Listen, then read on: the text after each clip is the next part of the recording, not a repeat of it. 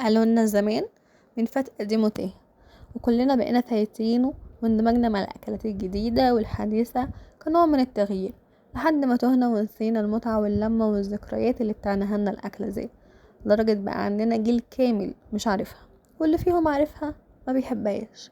وانا قررت النهاردة افكركم بيها واخليهم يحبوها.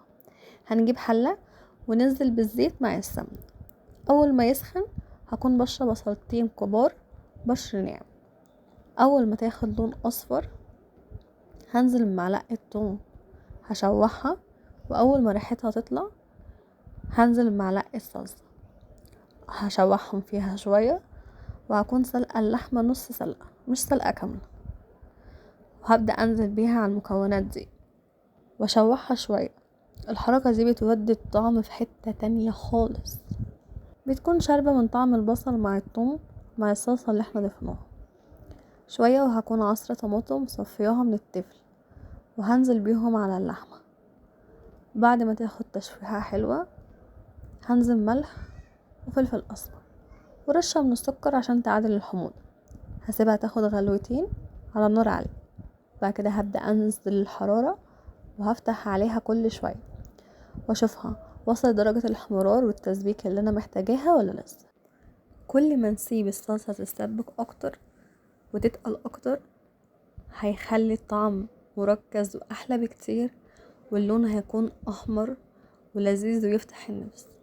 لكن ان انا يدوبك تاخد غلوتين وانزل بالشوربة ده هيخليها خفيفة معايا جدا وطعمها مش حلو. هو سر اي طبيخ احنا نسيبه يتسبك على نار هادية عشان نعرف نستمتع بيه. هفضل افتح عليه كل شوية واقلبه لحد ما انا احس ان هو ده اللون المظبوط اللي انا عايزاه، وهي دي التسبيكة الحلوة اللي انا محتاجاها. بص لون اللحمة حلوة ازاي، هو ده بقى اللي انا عايزاه. اضافة اللحمة مع البصل الاول وتشويحتها، وان بعد كده ان انا انزل بالطماطم عليها واسيبها تشرب من الطماطم براحتها افضل بكتير من ان انا اسيبها تتسلق لوحدها. وبعد كده اصفيها وانزل بيها على الصلصة. معايا بسلة هسلقها في الشوربة بتاعة اللحمة لحد ما توصل للنضج ده. بعد كده هنزل بيها على الصلصة. بعد كده هبدأ اديها تشويحة مع بعض واسيبهم يغلوا.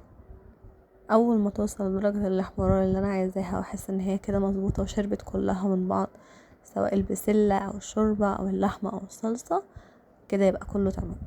هقفل عليها. تعالوا بقى نعمل اي حاجة تاني جنبها، سواء بقى ملوخية او رز او بتنجان مقلي مثلا، وعاملة معاه الدقة بتاعته هيبقى تحفة. انا بقى هبدأ بالرز. هجيب شعرية وابدأ اشوحها لحد ما تاخد لون دهبي حلو.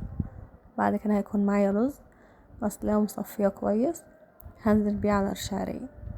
هقلبهم تقلبتين عشان يبقى مفلفل، وهبدأ انزل بشوية مية مغلية يا دوبك تغطي الرز من فوق وتبقى كده مظبوطة.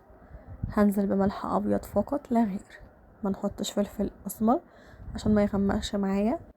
هسيب الرز في الاول على نار عالية لحد ما يغلي.